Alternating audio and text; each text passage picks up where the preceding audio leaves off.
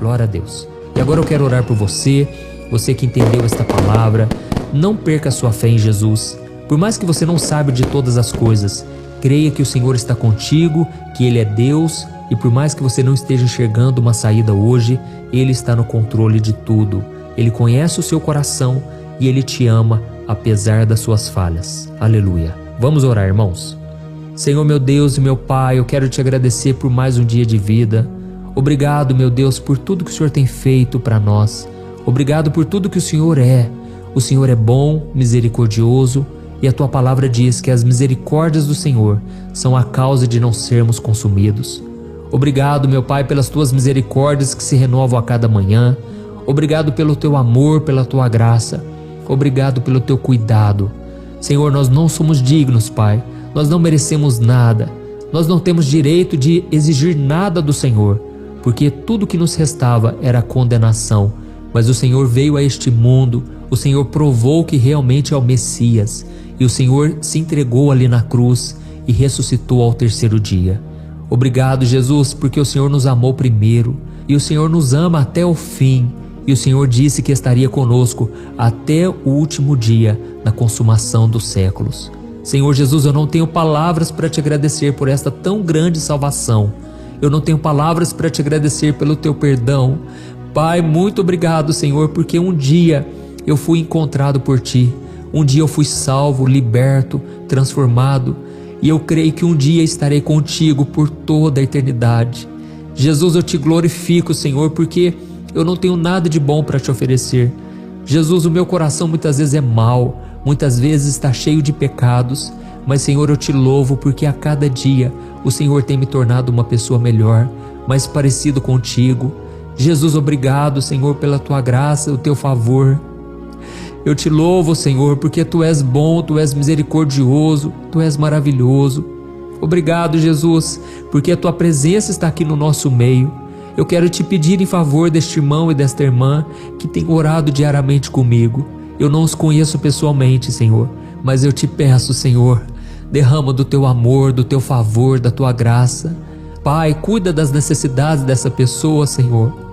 Pai, a tua palavra diz que o Senhor nos conhece antes mesmo de nós nascermos. O Senhor já sabia tudo sobre nós. Antes que a palavra nos chegue à língua, o Senhor já sabe o que nós vamos pedir. Por isso, Senhor, eu entrego nas tuas mãos hoje, Pai, a vida deste irmão e desta irmã. Cuida, Senhor. Traga, Senhor, solução para os problemas.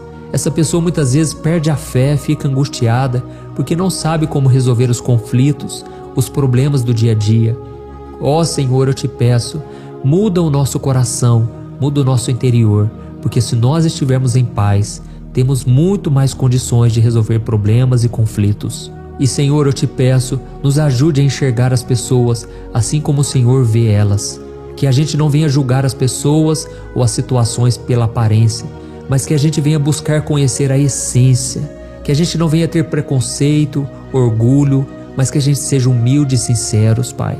Não queremos mais julgar os outros, Pai, por aquilo que vemos, mas queremos ter o olhar de Jesus.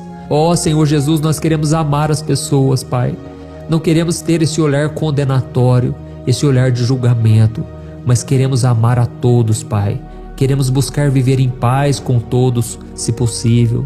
Precisamos de Ti, Senhor. Derrama da Tua graça, Senhor, sobre nós. A mesma graça que estava sobre Ti lá na cruz do Calvário, que fez com que o Senhor perdoasse os seus inimigos.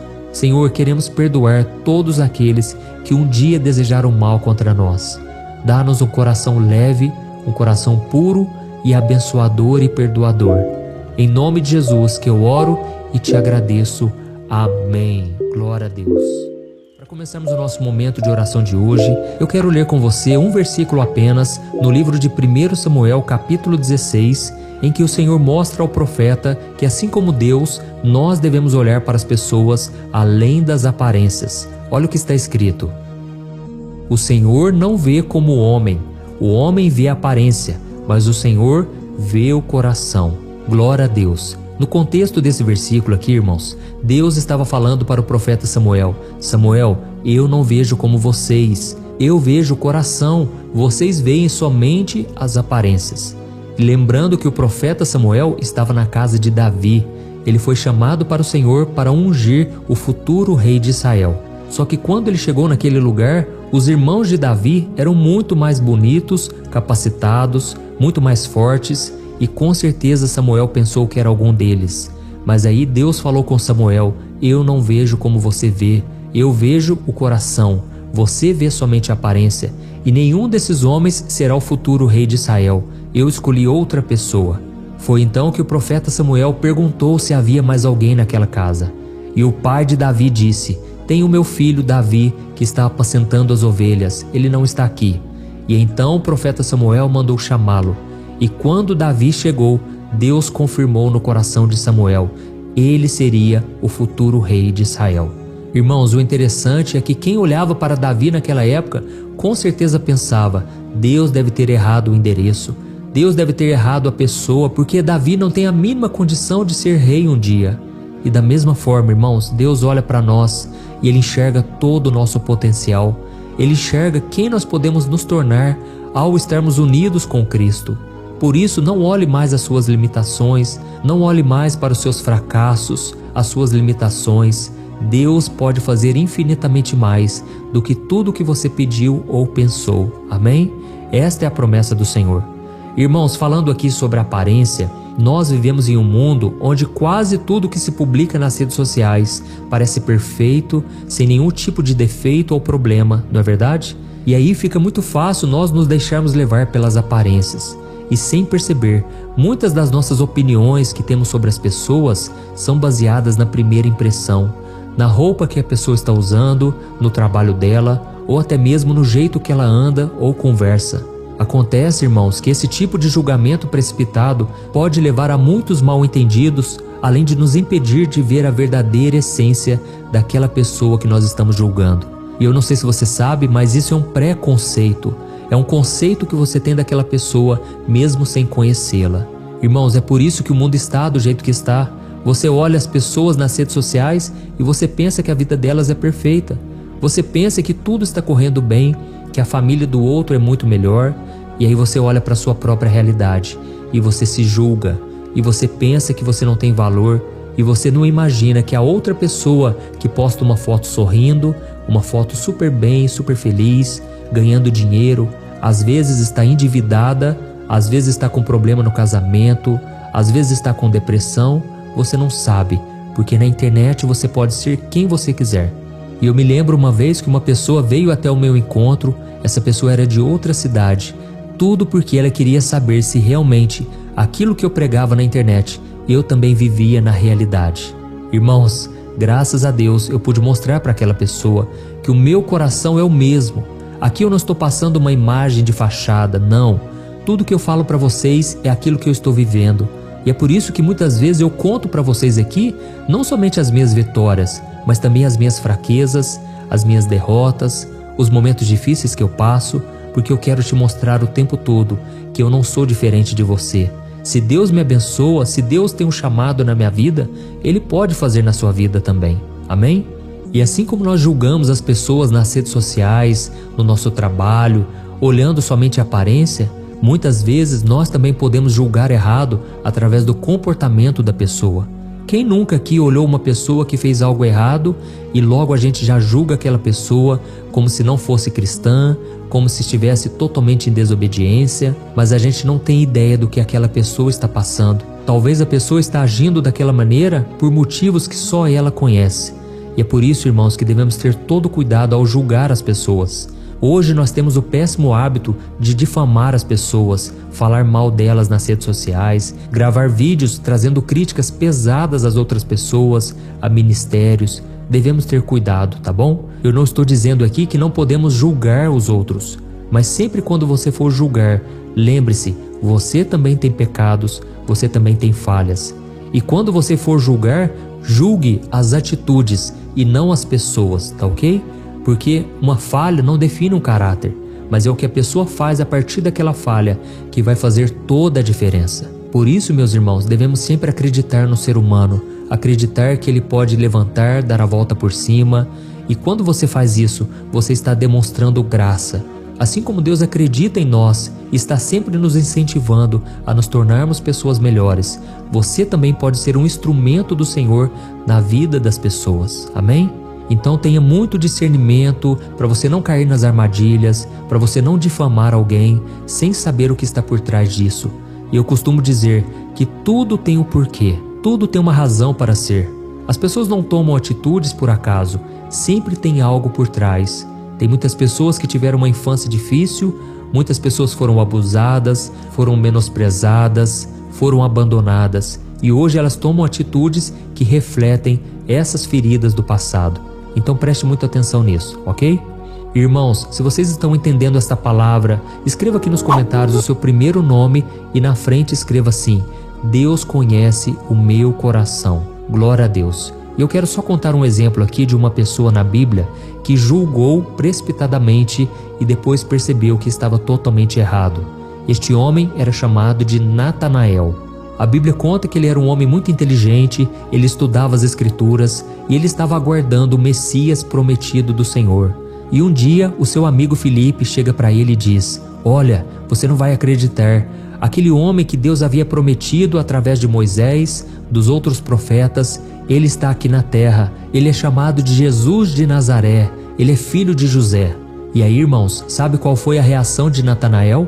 Ele fez uma simples pergunta, mas muito preconceituosa. Olha só o que está escrito em João capítulo 1, o versículo 46. Olha a pergunta que ele fez: pode vir alguma coisa boa de Nazaré? Olha isso, irmãos. Natanael tinha um preconceito contra Nazaré, que era uma pequena vila da Galileia, que era vista com muito desprezo pelos judeus mais religiosos. Eu não sei se você sabe, mas Nazaré foi mencionada no Antigo Testamento como o lugar de onde o Messias viria, de onde o Salvador viria. E além disso, Nazaré era uma cidade muito pobre, era insignificante. E é por isso que Natanael não conseguia imaginar que o Salvador da humanidade poderia vir de um lugar tão humilde e desprezado. E quando Natanael disse: será que pode vir alguma coisa boa de Nazaré? Naquele momento, seu amigo Filipe não tentou argumentar com ele, mas ele simplesmente disse: vem e vê. Ou seja, Filipe estava convidando Natanael para conhecer Jesus pessoalmente, a ver o Senhor com seus próprios olhos. E Natanael aceitou o convite e foi ao encontro de Jesus. E sabe o que aconteceu? Ele teve uma grande surpresa. Quando Jesus viu Natanael se aproximando, ele disse que aquele homem era um verdadeiro israelita, em quem não tinha falsidade. Ou seja, Jesus elogiou a sinceridade e a honestidade de Natanael, reconhecendo qualidades nele de um verdadeiro filho de Deus. E aí naquele momento Natanael ficou impressionado e perguntou de onde aquele homem o conhecia. E foi então que Jesus respondeu para ele em João capítulo 1, o versículo 48. Olha o que Jesus disse: eu o vi quando você estava debaixo da figueira, antes de Filipe o chamar. Glória a Deus. Irmãos, perceba que nesse momento Jesus revelou a Natanael que Jesus tinha o conhecimento sobrenatural sobre a vida dele. A Bíblia não fala o que Natanael estava fazendo debaixo da figueira antes de Filipe o chamar, mas o fato é que Jesus demonstrou que ele era verdadeiramente o Messias, o enviado de Deus para a nossa salvação, aquele que sabe de tudo, aquele que vê tudo. E foi então que naquele momento Natanael ficou admirado e ele não teve dúvidas mais de que Jesus era o Messias. E no versículo seguinte ele disse: Mestre, tu és o Filho de Deus, tu és o Rei de Israel. Glória a Deus. Natanael reconheceu que Jesus era muito mais do que o filho de José, o carpinteiro de Nazaré. Jesus era o Filho de Deus, o Salvador do mundo. E Natanael foi um dos primeiros a crer em Cristo e um dos 12 discípulos que o seguiram até o fim. Irmãos, deixa eu dizer uma coisa aqui. Muitos de vocês que estão me ouvindo são pessoas sinceras, pessoas que não têm falsidade. E por causa disso, muitas vezes, vocês questionam a fé cristã. Muitas vezes vocês querem saber o que realmente a Bíblia diz sobre tal assunto. Vocês questionam muito e isso não é errado. Não é errado você querer saber os detalhes, o que está por trás do que foi escrito. Mas o principal é que você coloque a sua fé em Jesus. Que no final de todas as suas perguntas, você chegue à conclusão que Jesus realmente é o Filho de Deus, tá bom? E a principal lição que nós podemos aprender nessa história é que nós não devemos julgar as pessoas ou as coisas pela aparência, mas sim pelo que elas são de verdade. E antes de darmos algum veredito sobre algo ou sobre alguém, nós temos que saber mais sobre aquela pessoa para que a gente não seja injusto, para que a gente não seja boca do diabo.